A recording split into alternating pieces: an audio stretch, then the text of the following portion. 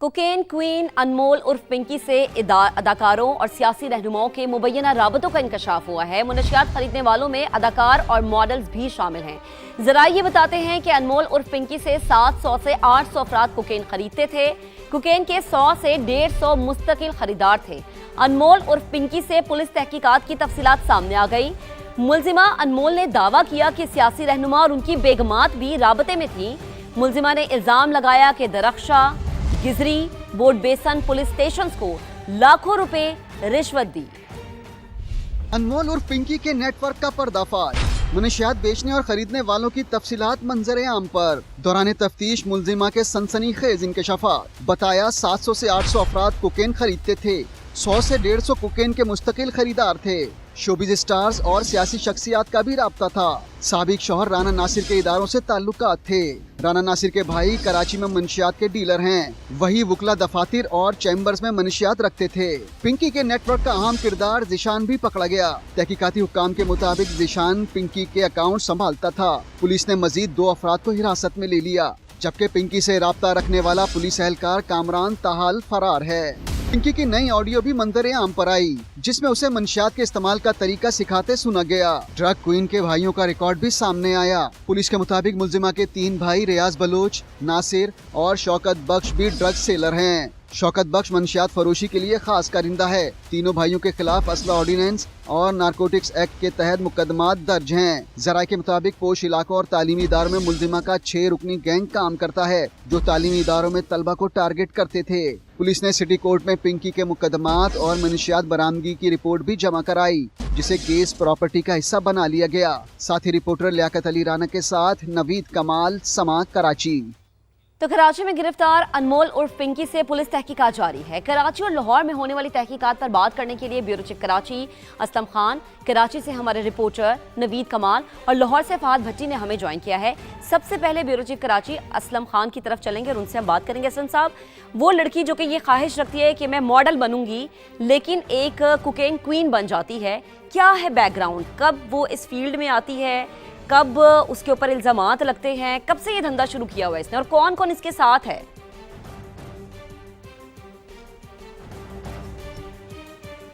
देखिए, 14 साल की उम्र तक तो कराची में जब ये इसकी रिहाइश थी, 1995 की पैदाइश है, और 14 साल की उम्र में इसने कराची में ही मंशियात की फरोख्त शुरू कर दी थी। उसके बाद ये लाहौर चली गई और एक फिल्म डायरेक्टर के दफ्तर में राना नासिर से इसकी मुलाकात हुई और राना नासिर के हवाले से बताया गया है कि ये लाहौर में वहाँ का ये मंशियात फरोश है। और राना नासिर ने बाद में इससे शादी कर ली और इसके बाद ये दोनों ही मिलकर मंशियात का धंधा चलाने लगे। और इसने दौरान तफ्तीश ये भी बताया है कि जो अफ्रीकी बाशिंदे हैं वो लाहौर में मंशियात इसके घर पहुँचाते थे और राना नासिर पिंकी को मुख्तलिफ मंशियात डीलर्स के पास कोकेन के लिए भेजता था और उसके बाद ये मुख्तलिफ इलाकों में डिलीवरी भी करती थी। और उसके साथ साथ राना नासिर के 2 और कारिंदे बॉबी और किरण, वो भी इसके साथ साथ 2 थे और इन्हीं से फिर तारुफ राना नासिर ने इसका कराया पिंकी का, जिसके बाद उनसे भी इसके ताल्लुकात हो गए और फिर राना नासिर की जानिब से उस पर तशद्दुद किया जाता रहा 2 साल तक, जिसके बाद बॉबी के मशवरे पर उसने राना नासिर से अलहदगी इख्तियार कर ली और बॉबी का जो नेटवर्क था वो कराची में था।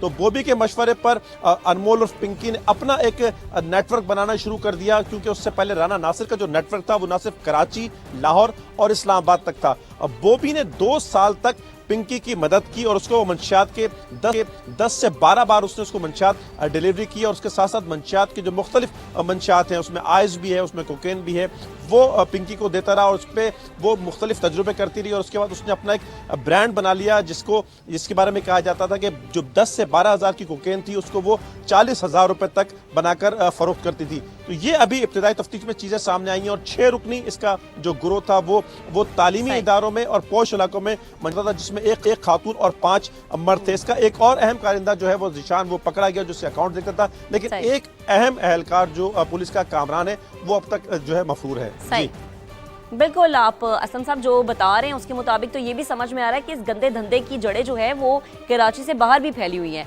नवीद, आपके पास क्या तफसील है? इन्वेस्टिगेशन कहाँ तक पहुँची है?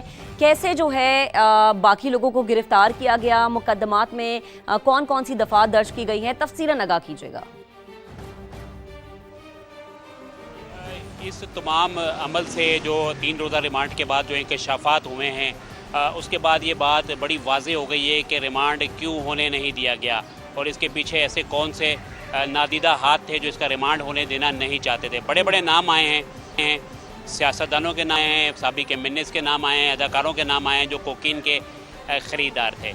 इसने इंकशाफ किया है, जैसा कि असलम साहब ने बताया, जब इसकी किरण से दोस्ती हुई तो किरण ने ही इसे मशवरा दिया है कि वो राणा से अपना कारोबार अलग करे, और राणा नासिर से इसने अलहदगी इख्तियार करने के बाद जो कोकीन का काम है इसको इसने अलग किया। और इसका ये कहना है कि इसने गूगल से और दीगर तरीक़ों से जो सर्च किया और कोशिश की कि ये अपनी कोकीन तैयार करे। इसके लिए जो किरण है उसे वो इसकी दस्ते रास रही।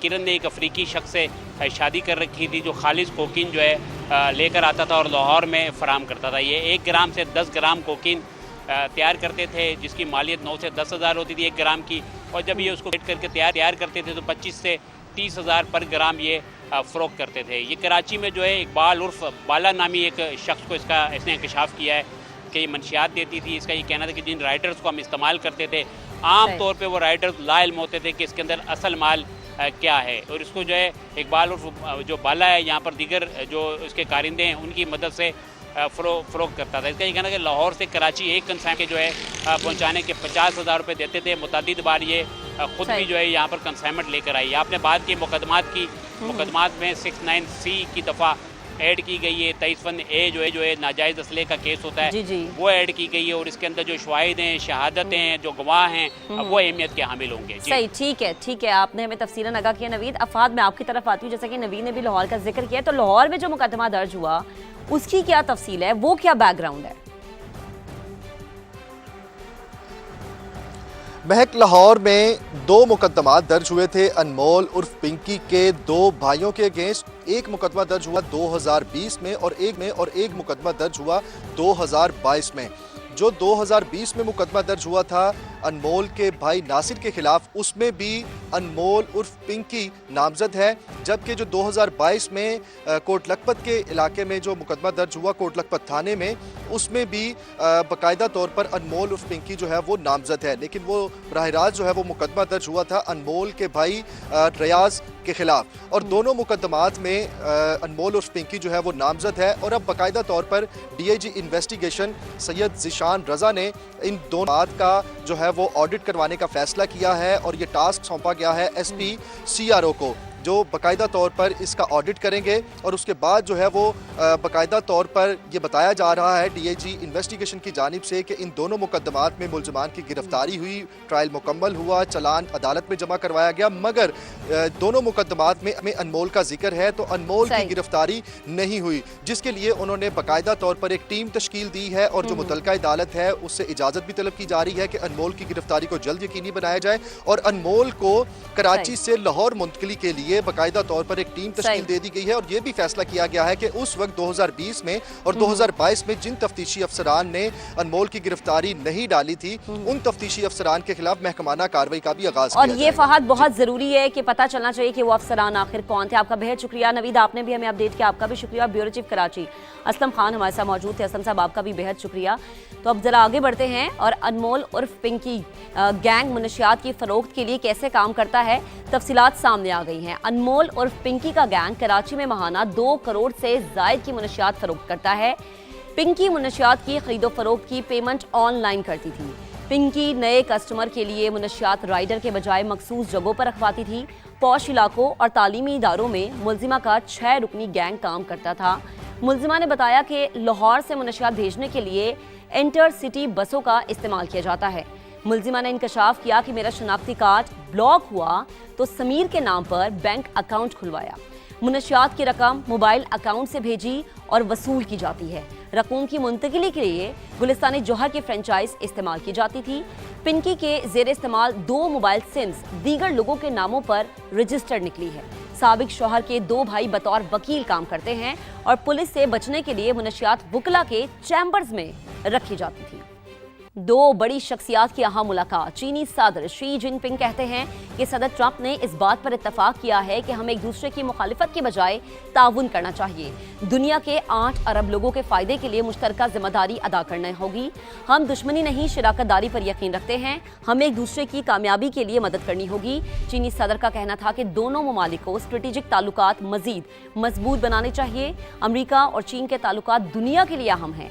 बीजिंग में ज़ियाफत की तकरीब तकरीब से खिताब में सदर डोनाल्ड ट्रंप ने चीन में इस्तकबाल को तारीखी करार दिया और कहा कि चीनी सदर के साथ मुज़ाकरात में तामीरी और इंतहाई संजीदा मामलात पर बातचीत हुई। और ईरानी वज़ीर ख़ारिजा का ब्रिक्स ममालिक से ईरान पर हमलों की दो टोक अल्फाज में मज़म्मत का मुतालबा। नई दिल्ली में ब्रिक्स वज़ीर ख़ारिजा के इजलास में अब्बास अराग़ची ने कहा कि सब पर यह वाज़ेह होना चाहिए कि ईरान नाकाबिल शिकस्त है। ईरानी किसी दबाव या धमकी के आगे सर नहीं झुकाते। हमारे लोग आम चाहते हैं, जंग नहीं चाहते। जब भी ईरान पर दबाव डाला जाता है तो वो पहले से ज़्यादा मुत्तहिद होकर सामने आता है। हमारी मुसल्लह फ़ौज किसी भी जारिहत का तबाहकुन जवाब देने के लिए तैयार है। हम सिफारतकारी को आगे बढ़ाने और इसके तहफ़्फ़ुज़ के लिए तैयार हैं।